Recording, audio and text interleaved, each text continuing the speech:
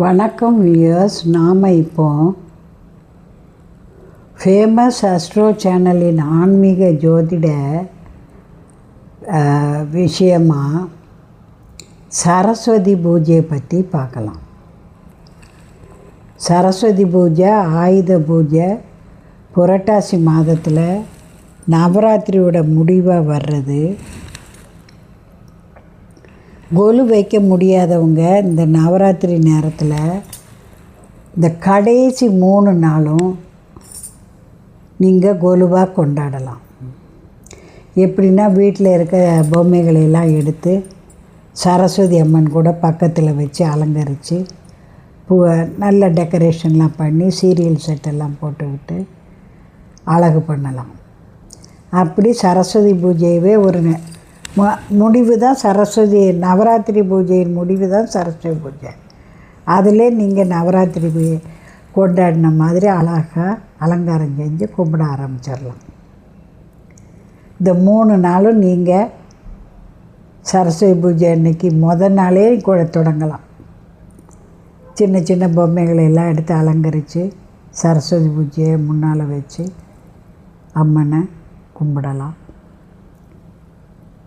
புஸ்தகங்களை எல்லாம் அடுக்கி அது மேலே சரஸ்வதி பொம்மை வச்சு சிலை ரூபம் வைக்கலாம். கலசம் வச்சு கும்பிடலாம். கலசத்தில் அரிசி, ஏலக்காய், பச்சை கற்பூரம், காசு, நகை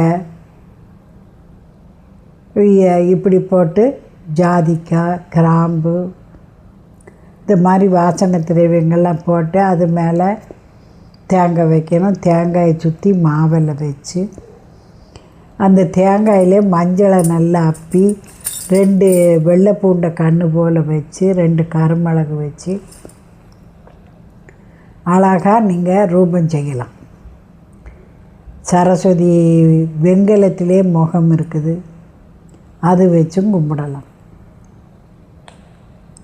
முகம் மாத்திரம் வெண்கலத்தில் திருநெல்வேலி பக்கம்லாம் கிடைக்கும். இந்த சரஸ்வதி பூஜை மகாலட்சுமிக்கு 3 ராத்திரி, சக்திக்கு 3 ராத்திரி, சரஸ்வதிக்கு 3 ராத்திரி.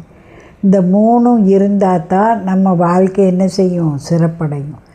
அதை குறிப்பிடுறது தான் இந்த நவராத்திரி விழா. கல்வியாக, செல்வமாக, வீரமானு சரஸ்வதி சபதம் பாடல்லே சிவாஜி பாடியிருக்கார்.